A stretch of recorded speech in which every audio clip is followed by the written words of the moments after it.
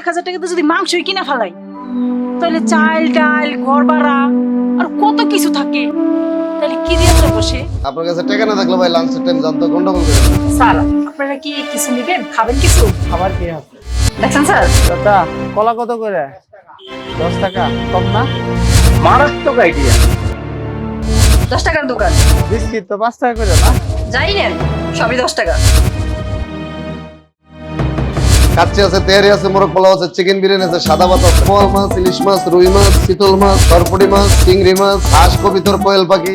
খেয়ে বাসায় চলে আসছি, সারা রাত্রে ঘুমাইতে পারি, খুব কাঁদছি। 250 টাকা আরম্ভ করে 300 টাকা, 350, 400, 500। মাংস কেজি যদি 1000 টাকা হয় তাহলে তোমার 200 গ্রাম মাংস দেওয়ার দরকার ছিল। আলু ভর্তা দাও না? না আলু ভর্তা না ভাইয়া, কম দামে না, এখানে কম দামে খাবার পাবেন না, এখানে সব দামি খাবার। আমরা যতটুকু টাকা আছে কতটুকু টাকার মাংস দিব, তাতে দোকানদারের সমস্যা। আমরা দরকার হয় 1 পিস করে খাবো, তাতে এখানে দোকানদারের তো কোনো সমস্যা নাই।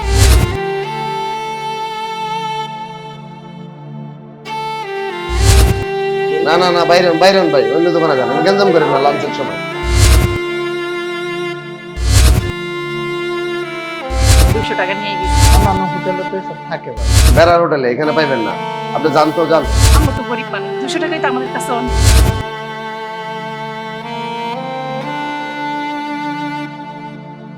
লজ্জা শরম করবেন না, লজ্জা বাঙালি জাতের খাইছে। এটা কিন্তু একটা ভালো কথা বলছে। আমরাও হয়তো অনেক কাজে লজ্জা করি, যেগুলো আসলে আমাদের লজ্জা করা উচিত। মাংস কেনার জন্য তখন 800 টাকা কেজি মাংস। আমাদের এখানে নাই ভাই, গেঞ্জাম করি না লাঞ্চের টাইম, এখন গেস্টরা আসবে, আপনি বাইরে চলে যান। আমার মতন তো এরকম অনেকেই আছে আমার গ্রামে। মাল আছে, পয়সা আছে। 10 টাকার দোকান, এই আইডিয়াটা কিভাবে আসে? ভালো কাস্টমার এসে যান, আমি গেঞ্জাম করি না তো, টাকা নাই, খাইতে আইছে। 800 টাকা দিয়া মাংস খাইতে পারে না। কে যদি 10 টাকার মাছ নিতে আসে তাও আমি দেই, 10 টাকার মাংস নিতে আইলে তাও আমি কাইটা তার অনুযায়ী দিয়ে দিই। সে যদি 1 টুকরা খাইতে পারে তাও তো তার কাছে ভালো লাগবে যে না আমি গরু মাংস খাইছি 10 টাকা।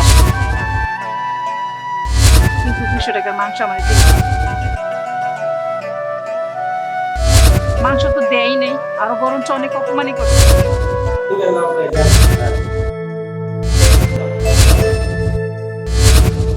কিভাবে সম্ভব?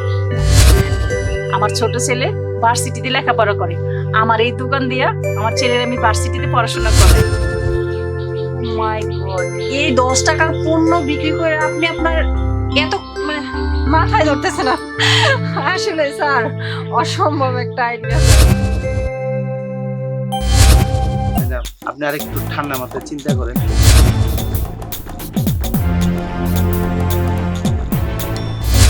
ভাই আমি ঠান্ডা মাথায় চিন্তা করছি। আপনার ঢাকা শহরে একটা ফ্ল্যাট হবে, আপনার গাড়ি হবে। ভাই আমি তো আপনাকে বলছি যে আমি ওখানে যাব না, আর আপনি যদি কথা শেষ হয়ে থাকে তাহলে আপনি আসেন ভাই।